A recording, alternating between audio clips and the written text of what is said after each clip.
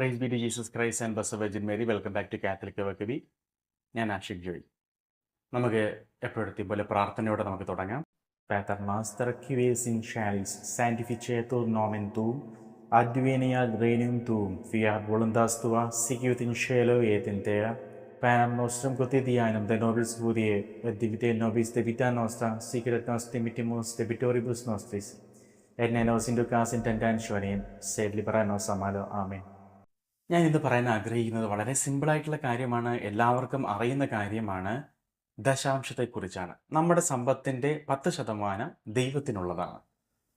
അപ്പോൾ ഈ 10% ദൈവത്തിന് നൽകണം എന്ന് ദൈവം ആഗ്രഹിക്കുന്നുണ്ട്.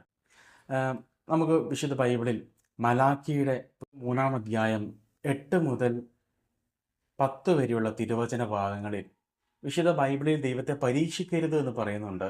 എന്നാൽ ദൈവത്തെ പരീക്ഷിക്കാൻ പറയുന്ന ഒരേ ഒരു ഭാഗം ഇവിടെയാണ്. ഇവിടെ ദൈവം പറയുകയാണ്, മനുഷ്യൻ ദൈവത്തെ കൊള്ളയടിക്കുമോ?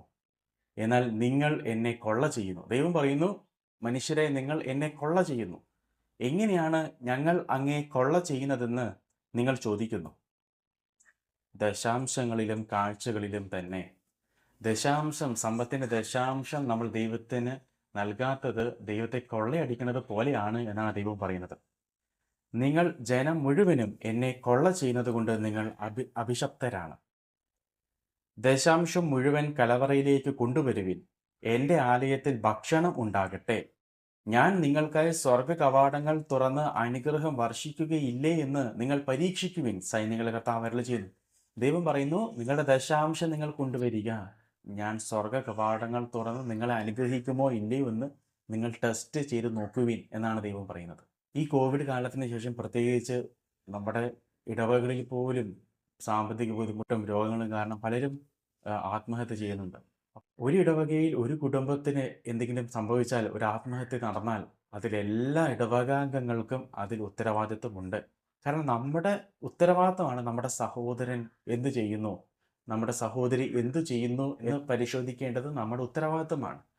കർത്താവ് കായനോട് ചോദിച്ചില്ലേ, സഹോദരൻ എവിടെ എന്ന്. അപ്പോൾ അതുപോലെ കർത്താവ് നമ്മോട് ചോദിക്കും. നമ്മുടെ സഹോദരങ്ങൾക്ക് എന്തെങ്കിലും സംഭവിച്ചു കഴിഞ്ഞാൽ കർത്താവ് ചോദിക്കും, നിന്റെ സഹോദരൻ എവിടെയെന്ന്.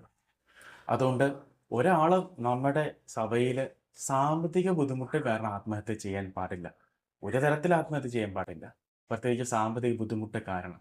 അപ്പോൾ നമ്മൾ എപ്പോഴും ഓർക്കേണ്ടത്, ദൈവം നമുക്ക് സമ്പത്ത് തരുന്നത് നമുക്ക് വേണ്ടി മാത്രമല്ല, ഇത് പാവങ്ങൾക്ക് കൊടുക്കാൻ കൂടിയാണ്. ഈ 10% എന്നത് ബേസിക്കാണ്, അതിൽ കൂടുതൽ നമുക്ക് നൽകാം. അപ്പസ്തോല പ്രവർത്തനങ്ങൾ 4-ാം അധ്യായം 34-ാമത്തെ തിരുവചനത്തിൽ പ്രകാരം പറയുന്നു, അവരുടെ ഇടയിൽ ദാരിദ്ര്യം അനുഭവിക്കുന്നവർ ആരും ഉണ്ടായിരുന്നില്ല. കാരണം അവരെല്ലാം അത് പൊതുവായിട്ട് കരുതിയിരുന്നു. സോ ആദിമ സഭയിൽ ദാരിദ്ര്യം അനുഭവിക്കുന്ന ഒരാൾ പോലും ഉണ്ടായില്ല എന്നുള്ളത്. സോ നമ്മുടെ ദശാംശം ആർക്ക് നൽകണം?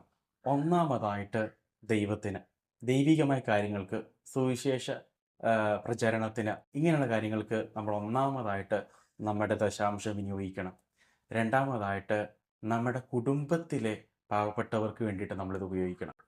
പാവപ്പെട്ടവർ എന്ന് പറയുമ്പോൾ നമ്മളെപ്പോഴും നമ്മുടെ മൈൻഡിൽ പാവപ്പെട്ടവർ എന്ന് പറയുമ്പോൾ ഈ പാവപ്പെട്ടവർക്ക് കാറുണ്ടാവാം, ബൈക്ക് ഉണ്ടാകാം, വീടുണ്ടാകാം, ഇവരെല്ലാം പാവപ്പെട്ടവർ തന്നെയാണ്. മക്കൾക്ക് ഫീസ് അടക്കാൻ വേണ്ടിയിട്ട് കാശില്ലാത്തവരും, പുസ്തകം വാങ്ങിക്കാൻ കാശില്ലാത്തവരും, അവർക്ക് EMI അടക്കാൻ കാശില്ലാത്തവരും, ഇതെല്ലാം പാവങ്ങൾ തന്നെയാണ്. പലരും ആത്മഹത്യ ചെയ്യുന്നത് ഈ EMIയും അതുപോലെ മറ്റ് ലോണും ഇതൊന്നും അടയ്ക്കാൻ പറ്റാത്തത് കൊണ്ടാണ് പലരും ആത്മഹത്യ ചെയ്യുന്നത്. സോ ഇങ്ങനെയുള്ള ആളുകളെ നമ്മൾ സഹായിക്കണം. നമ്മൾ ഒരിക്കലും അവർക്ക് കാറുണ്ടല്ലോ, വീടുണ്ടല്ലോ, ബൈക്ക് ഉണ്ടല്ലോ എന്ന് കരുതി സഹായിക്കാതിരിക്കരുത്. കാരണം ഇങ്ങനെ മിഡിൽ ക്ലാസ്സിലുള്ളവരാണ് ഏറ്റവും അധികം ബുദ്ധിമുട്ടുന്നത്. അവർക്ക് ചോദിക്കാൻ നാണക്കേടാണ്. അതിസമ്പന്നർക്ക് അങ്ങനെ ഒരു ബുദ്ധിമുട്ടും വരുന്നില്ല. അപ്പം മിഡിൽ ക്ലാസ്സിലുള്ളവരാണ് ഏറ്റവും അധികം ബുദ്ധിമുട്ടുന്നത്. അപ്പോൾ ആ നാണക്കേട് സഹിക്കാൻ വയ്യാതെയാണ് ഇവർ പോയിട്ട് കുടുംബം അടക്കം ആത്മഹത്യ ചെയ്യുന്നത്. കഴിഞ്ഞ മാസം നമ്മളങ്ങനെ വാർത്ത കണ്ടു. പത്രവാർത്തയിൽ പറയുന്ന സാമ്പത്തിക ബുദ്ധിമുട്ടാണ് കാരണം. ഒരു കുടുംബം മുഴുവൻ ആത്മഹത്യ ചെയ്തു. അങ്ങനെ എത്ര കുടുംബങ്ങൾ. അപ്പം നമ്മുടെ ഇടവകയിലെങ്കിലും ഇങ്ങനെയുള്ള ആത്മഹത്യകൾ ഒരിക്കലും നടക്കാൻ പാടില്ല. മൂന്നാമതായിട്ട് നാം ചെയ്യേണ്ടത്, നമുക്ക് അറിയുന്ന സാമ്പത്തിക ബുദ്ധിമുട്ടുന്ന ആളുകളെ സാമ്പത്തികമായിട്ട് സഹായിക്കുക എന്നുള്ളതാണ്. ഈ ഒരു ആശയം ഞാൻ കാത്തലിക് വക്കവി വാട്സാപ്പ് ഗ്രൂപ്പിൽ പങ്കുവെച്ചപ്പോൾ അതിൽ ഒരുപാട് പേര്, എത്രയോ സുമനസ്സുകൾ അവരെ കൊണ്ട് കഴിയുന്ന രീതിയിൽ ദശാംശം അയച്ചു തരും. അത് എത്രയോ പേർക്ക് അവരുടെ EMI അടക്കാനും, മരുന്ന് വാങ്ങിക്കാനും, മക്കളുടെ ഫീസ് അടക്കാനും, അങ്ങനെ പല രീതിയിൽ അത് ഉപകരിക്കുന്നുണ്ട്. ഒരു കാര്യം, നമ്മൾ എത്രയോ വാട്സാപ്പ് ഗ്രൂപ്പ് നമുക്കുണ്ട് അല്ലേ?